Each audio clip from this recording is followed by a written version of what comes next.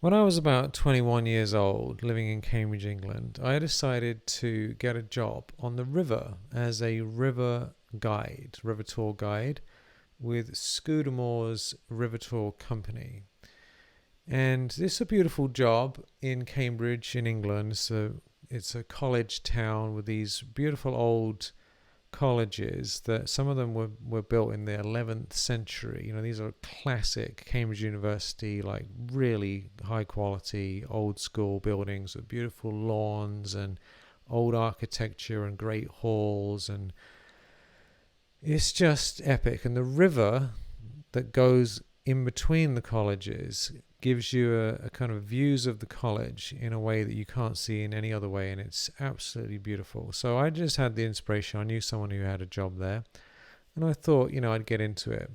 The job itself had two parts. The first part of the job involved trying to convince random people walking down the street to stop what they were doing and come onto a boat for a tour on the famous Cambridge River.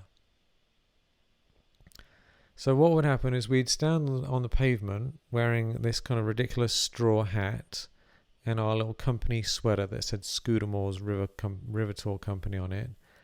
And we had this laminated board that had pictures of the colleges and pictures of the river. And then when passersby came through, we'd say to them, "River tours? Would you like to come on a river tour? River tours, come on a river tour. Would you like a tour, madam? River tour, sir?" And that sort of thing. And we would basically say whatever we felt like. And hopefully some of these people just wandering about would be sufficiently compelled to express their interest in more. And if they were interested, we would tell them a little bit more about it. And if they wanted to do it, we would write them out this little ticket on this little slip that showed the number of people, and it had our initials at the bottom of it, like a little receipt, if you like. They didn't pay anything. They just took that and they took it down to the boathouse. And if they actually paid, then we would get a commission from those people.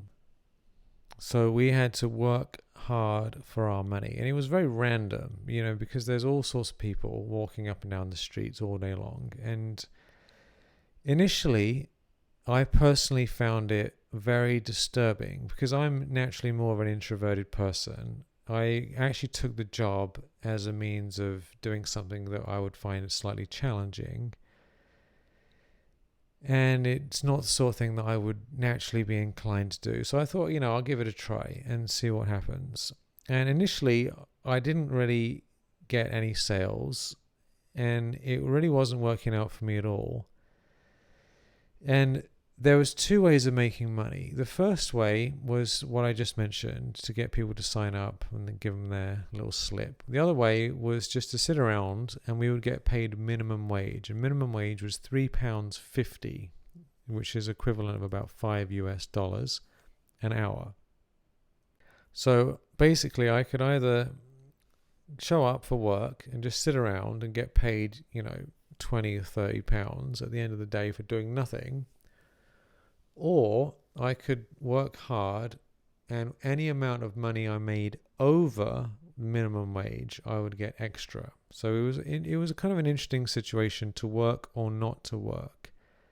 Should I put in the extra effort, or should I just sit around? Initially, frankly, I did just sit around because I realized that I wasn't getting any results and it seemed a bit pointless to put the work in.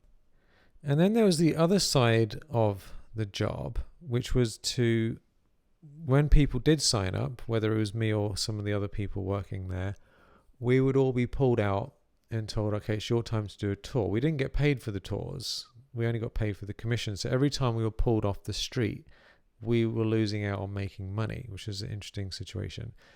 So we didn't really want to do the tours. And initially I couldn't even punt. Punting is like a gondola, but not as fancy. And you have this big pole that you push down, and you have to punt along the river, avoiding all the other boats that are there, while giving a tour to the people and pointing things out.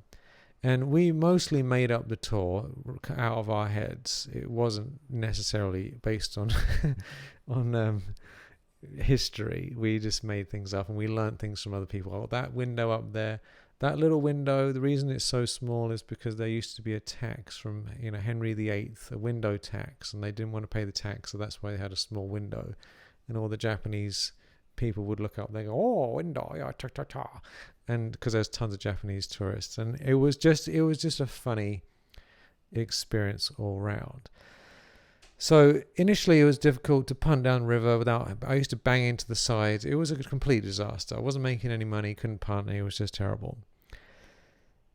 So after a while I thought, you know what, I'm no good at punting, I can't get any sales, this just isn't working out very well. But luckily, at the same time I was doing that, I just started doing meditation, and I was learning about the power of the mind. And I started learning about how when we shift our consciousness and when we have good thoughts and when we have visions, powerful visions, and when we aim to give happiness and feel that we've attained everything, then massive transformation can occur. So I was learning about these sorts of things in the morning, and then I'd come to work and I'd fall apart and everything would be a disaster. And it got to the point where I thought, look, I really have to practice this stuff in my real life, because this is just not working out very well. And just keep in mind that what was going on when I was at work was that I would be standing there with a board on the side of the road, and there would be 5 or 10 even other Scudamores company guys like myself who were all trying to get the same people off the street. So it was high competition. Plus there was other boat companies. So you've got this limited number of people walking down the street. Tons of Scudamores River Tour people on both sides of the street, up and down the street, some closer to the boathouse, some like way down the other side of the road, like way down the block. So everyone's trying to figure out where could they go, where they're going to catch the most tourists, like vultures. And I noticed some of these other people, somehow they were in the right spot or something was going on, and other people were getting all these commissions and making hundreds and hundreds of dollars a day, and I was basically making nothing. And I was really wondering, like, what is it that's wrong with me that I'm barely making just over minimum wage, and there are people just all around me somehow pulling it off, wearing the same things, doing the same things, saying the same things. So one day, after too many disappointing results, I decided I really needed to try something radically different. And prior to that, what was going on internally for me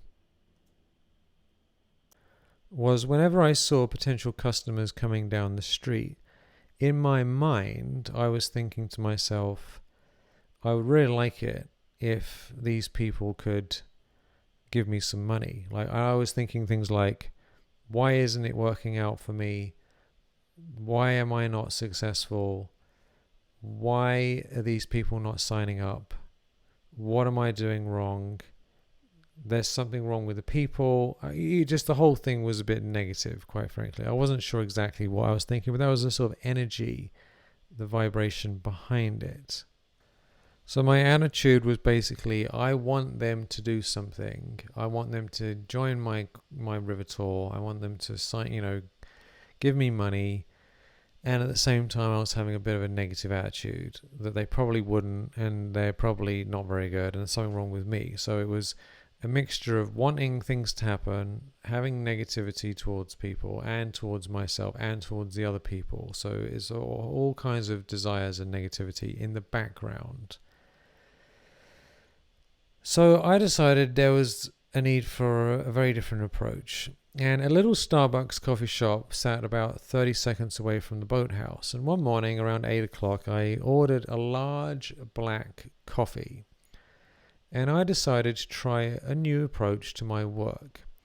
And my new approach was, instead of trying to get people to join the river tour, as I had been for months unsuccessfully, my new focus was to simply see everyone as a spiritual being and beam happiness, golden happiness, towards them. So my goal had changed. My internal aim had shifted from selling river tours to giving joy, golden joy. I imagine like a big golden joyful vibrations. Complete transformation. So I drank my coffee, because the thing is, you have to remember, I wasn't making any money. So I thought, what have I got to lose? I might as well stop trying. It wasn't working anyway. So I had my coffee and I went out on the street, and whoever I saw, I very clearly focused on looking beyond their body to the eternal, beautiful soul that animated their body. The beautiful jewel of light shining behind the eyes. And I felt deep in my heart that each one of these beautiful souls that's walking towards me is part of my spiritual family. And these are divine souls who are just moving through life. And as I saw them coming towards me, I sent them blessings of love and joy from the heart. And it really was my desire. I'm not interested in selling anything at all. I just want to give everyone smiles and blessings. My aim was simply to make a connection of happiness, to have that sacred moment where in that split second where our eyes met and I could see them, to just give them good vibrations from the heart and send them love through my face, vibrations. And I honestly, truly didn't care at all whether they joined the river tour or not even the slightest. It was just, may this soul be blessed, and may I experience just a moment of joy and give them some special spiritual gift. I wasn't trying to get them to do anything anymore. It was purely that they felt happiness and good vibrations, and we shared a moment just for a few seconds. So that was a radical shift, and it really, this isn't just some like little mental game to try and get sales. It was a real thing. I thought, you know what, let me really practice this. I'm here pretending to be this person on the street with this board in my hand, but actually I'm just giving blessings. And at the same time, I still played the part of pretending to be a river tour guide. You know, I would still say, I didn't just smile at them, I would also say river tours or something like that, but I didn't really care. It was kind of like a side. It wasn't the main thing. It wasn't where I was coming from. And I was like, look, I'm just going to drink my coffee and give blessings. And as a result of this shift in perception, which I didn't expect to have any effect at all, I was in the same place doing the same thing, you know, just standing around. I also noticed, as a result of that I became less inhibited, less stuffy, less self-obsessed, less negative. I wasn't feeling at all negative. I was feeling very joyful, more expressive, more amusing, and my offer for river tours started getting more kind of ridiculous and flamboyant and a bit absurd, just because it was just fun and games. I just thought, this is hilarious, so what have I got to lose? My general vibration and demeanor changed, so it all felt like it was light, it was free, it was fun, it was just whatever. You know, I'm free, I've already attained everything, I don't need anything. So I didn't expect to see any sales, but I just felt better about the whole thing, and I made people happy. And some of the people who normally would be scowling and wondering why I'm offering them river tours would be happy, because a lot of people were tourists, but a lot of them were locals, and they didn't want people offering them river tours. So it just, the whole vibe with everyone I connected with was just wonderful. As soon as I made that inner shift, I noticed a few things happened. Firstly, I enjoyed myself like 1,000 times more. I just loved my work. It was just great. I couldn't wait to get to work, so I thought, yeah, I can give everyone blessings. And since I was no longer wanting people to give me anything, I felt I could be more open, more expressive, more connected, and people seemed to smile back at me more, and there was just a good vibe overall. And the fact that my days became more enjoyable was in itself a great gift. So just keep this in mind. The shift in my own consciousness made me personally feel profoundly rich. I felt very wealthy and very happy without anything else. My numbers hadn't changed. I wasn't making any more money. But I felt stoked. I felt joyful, right? That, to me, that was like a major shift. Instead of feeling negative and feeling self-doubt and all these things, I just felt absolutely in just such a wonderful space. So that in itself, to me, in and of itself, was more than enough. And this is extremely important to really ground in, that quite frankly, our inner state of consciousness, day in, day out, all the time, is way more important than anything else, all the time. And then, to my surprise, I noticed that all the good vibrations started increasing, and so did the sales. This really was not what I expected or anticipated, or was the reason I did it. I wasn't planning on getting more sales. I just did it because I thought I needed a change. But I noticed that quite quickly, people would avoid these other river tour guides who are all over the street in all directions, on one side, on the other side of the street, on one side of the street to the other side, one end of the street to the other end, down different streets near the boathouse. They would walk past all these different guides and walk straight up to me and and have me write them out tickets. I was just amazed. And at one point, I actually broke the sales record, which was really high record. And I was shocked. I remember the day that happened. I remember it was a Sunday, and there was tons of river tour people, and I was just in such a good mood, and everyone just kept walking up to me and just like writing out tickets for 10 people, 8 people, 15 people. And it was, it started making hundreds and hundreds and hundreds of pounds, which is a lot of money back in those days for someone my age. So I couldn't believe it. I was quite amazed, actually. I was genuinely surprised at what was going on, considering that all the other circumstances were the same. I looked the same. I was wearing the same clothes, same hat, same board, same everything. The other people were the same. It was the same season, the same sort of tourists. All the situations were the same, except all of a sudden there's tons of joy and tons of money. And that really taught me a profound lesson about life, and something that I have been striving to achieve and continue in different ways, because I'm no longer a river tour guide. And what I've learned from this are a few points which I'd like to share with you. There's 4 main things to take from this. Number 1 is aim to give happiness and not to get anything. This is easier said than done. When we want something from people, when we desire something from them, we're not coming from a place of giving. We're coming from a place of taking, and taking is not a good vibration. People pick it up and they don't feel safe. They just don't feel safe.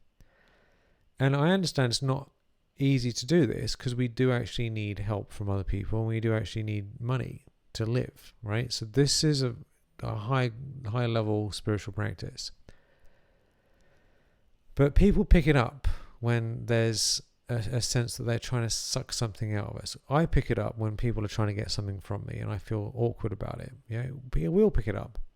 So instead of that, we need to aim to serve and shine and bless those with whom we're in contact with. We need to move our attention away from getting to giving from the heart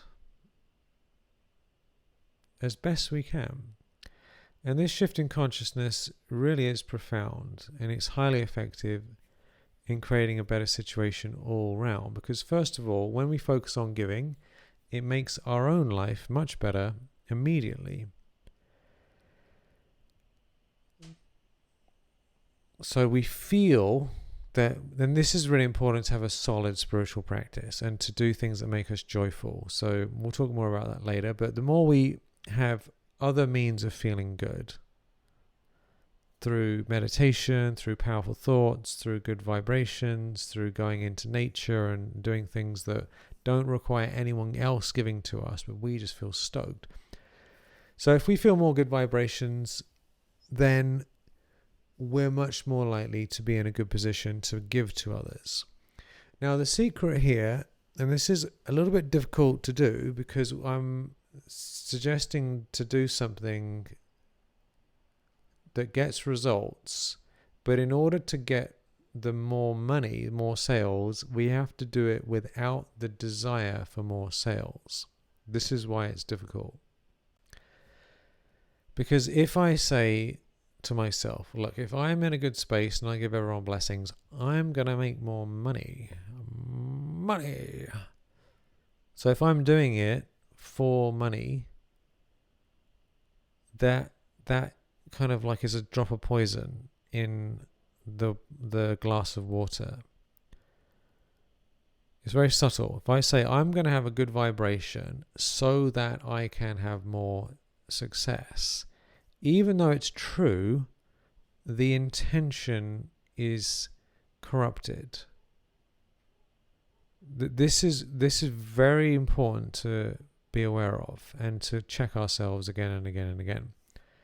So instead of that, we need to say, I want to have higher levels of consciousness because I want to have higher levels of consciousness.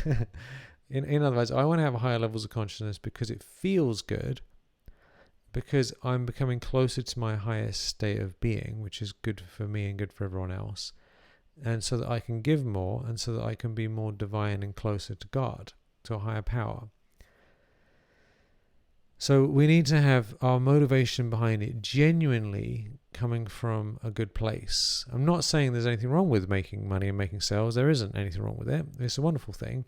But when we try and have higher consciousness to make money, then it's not got as the same level of power as I want to have higher consciousness because it's important to me to experience higher consciousness.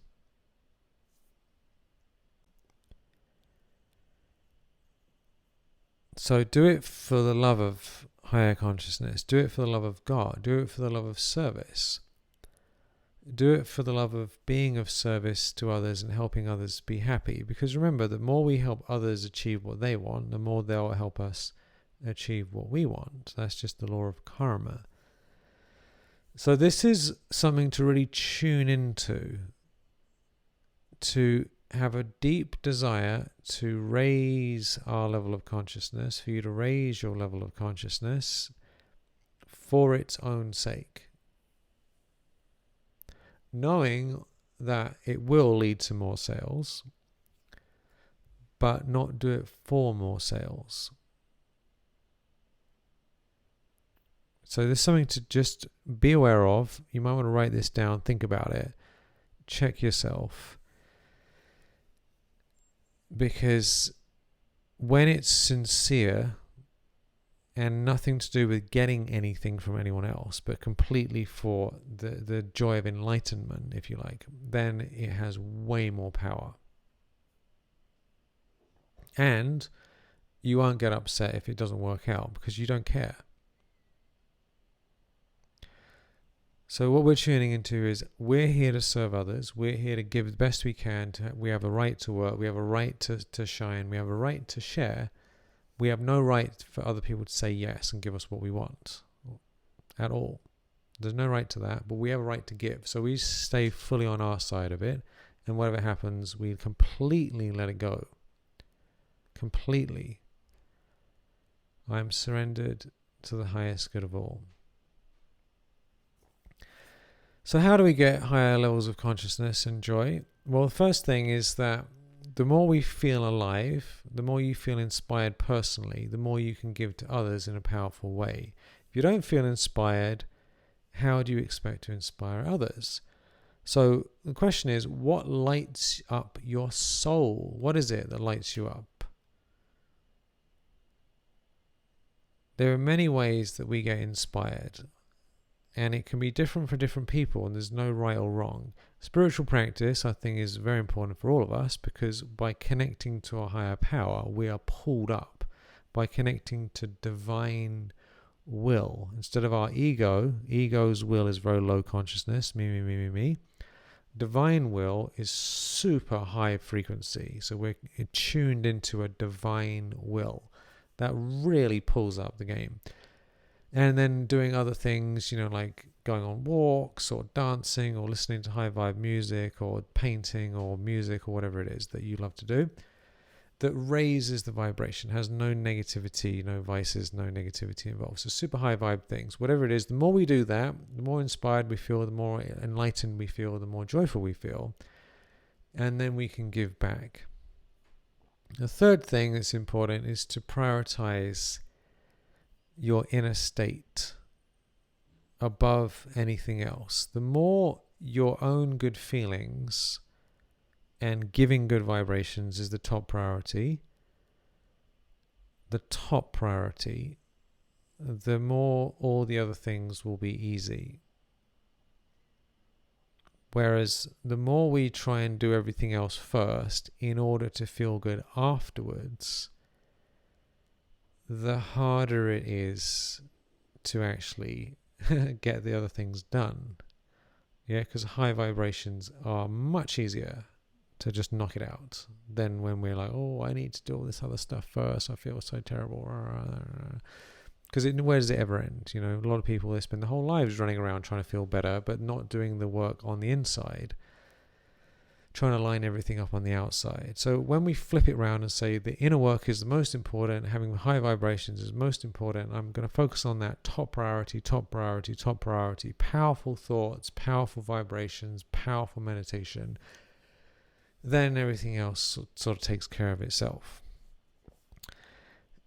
And the fourth thing is to take joy from helping others find joy.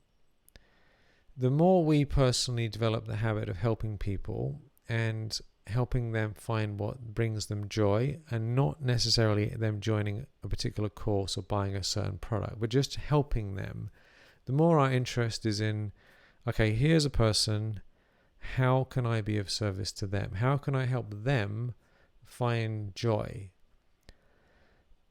without impressing our beliefs or our desires or our wishes that they do certain things on them? This is very subtle, right? The more we just say, look, here's this person, they're a unique individual, they have their whole destiny, they have their whole story, they have their whole experience. Who are they? What do they want? What do they need? Where are they coming from? And really tune into it and think, what is it that they actually need? What is it that's going to really help them? And if it's a program that you're selling, then that's wonderful. If it isn't a program that you're selling, then that's fair enough. Then you shouldn't sell it to them, because it's going to be a problem. So in fact, we want to give them something else. Give them a different thing, or recommend a book that will help them. But the bottom line is helping them have a breakthrough, helping them discover something, helping them feel good, just loving them. One of the things, we were reading a book, Arl and I, from David Hawkins, and one of the things he did in his practice with a lot of mentally ill, schizophrenic people, he had a practice in New York with a lot of people who were really out of it, and people had given up on them, and they were just like, like type of people in straitjackets, like you can't talk, grunting, really not, no hope type cases. And what he did is he just realized that there's nothing he could do that would help them practically. But what he could do is love them. Just love them. And that giving loving attention raised their level of consciousness and allowed them to experience freedom. Now, the people you're talking to are not like that. They're sane people who can talk back to you and, much more capable. But still, the practice is the same thing. Having a loving vibration, having a sense of caring, holding them in light, thinking of them as sacred beings, and just being interested in their highest good. And one thing to be aware of when it comes to offering things to people is that most of the time you can, if there's something they need that doesn't exist in a current program, no doubt it could be created. We could create it. We could be an affiliate for someone else who has something that they need. So there's all sorts of ways of helping them get something they need if it doesn't currently exist. In many cases, not in all cases, but in many cases. So we're just tuning into what do they need, what could we give them that's going to help them, and coming from that space. So this is really powerful practices to give up any interest in outcomes. It's absolutely fine to hold a vision. It's absolutely fine to imagine people being successful and there being lots of money and loads of success and feeling that you've attained everything. That's all wonderful. And then when it comes to actually being engaged with certain processes and practices and work projects and everything, just completely service, and let go. And then let go completely. Whatever's the highest good. Whatever is the highest good. If we're not supposed to do something, we're supposed to change something, we're supposed to let someone go, do this, do that. We're just open to service because we know on a deeper level the law of karma is the law of karma. Our job is to give good karma and then completely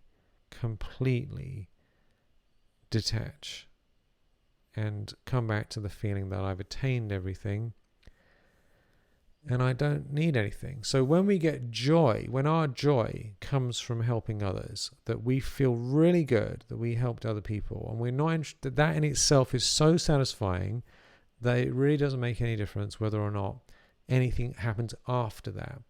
Then we're in a really good space. So this is the aim, that we feel so good that we did the best we could, and the joy of giving and the joy of sharing is so high in and of itself that is the reward right there, here and now. We don't need anything else. And if anything else does come, it's the icing on the cake. It's extra icing on an already well-iced cake. It's like, icing plus extra icing and a little cherry and maybe some other bits of cream and whatnot. But you've already got the whole cake. You enjoy that. You're already eating a cake. You've had loads of cakes. You're filled with cake. So there's no need for any extra cake. And if you do get one, that's wonderful. So that's where we want to come from. So a quick recap. Aim to give happiness, not to get anything. Find out what brings you joy personally so that you are in such a beautiful space that you feel you've come alive. Prioritize your inner state, generally speaking, more than anything else in your life all the time. This is a very high level thing to practice. And fourth thing is take joy from helping others and have so much joy about helping others that in and of itself it's profoundly satisfying. And we know it's going to lead to results, but we feel so good about the thing itself that that's enough for us. When you come from that space, people feel very safe. They feel actually quite amazed to have met somebody who's coming from that space, because it's extremely unusual and rare and special. And they'll be like, well, this, like everyone else is blatantly trying to get my money and con me into buying their stuff. But these people, they're just super good vibes, totally caring. They're just interested in what's the highest good for me. They're willing to work things out and give me what I need and like come up with different ways of making it work. It's so unusual that, of course, it's going to lead to a lot more sales. But only when that isn't the intention. And that's the special secret art. Can be done. It just requires very high level inner work. But you're a great soul and you can do it. It's already done, and that's why you're here. So success is completely guaranteed. We've already attained everything. And so it is. So thank you for listening to this. Hopefully this has been helpful. So much love and appreciation to you. And may you have infinite success in your joy now and in the future. Much love.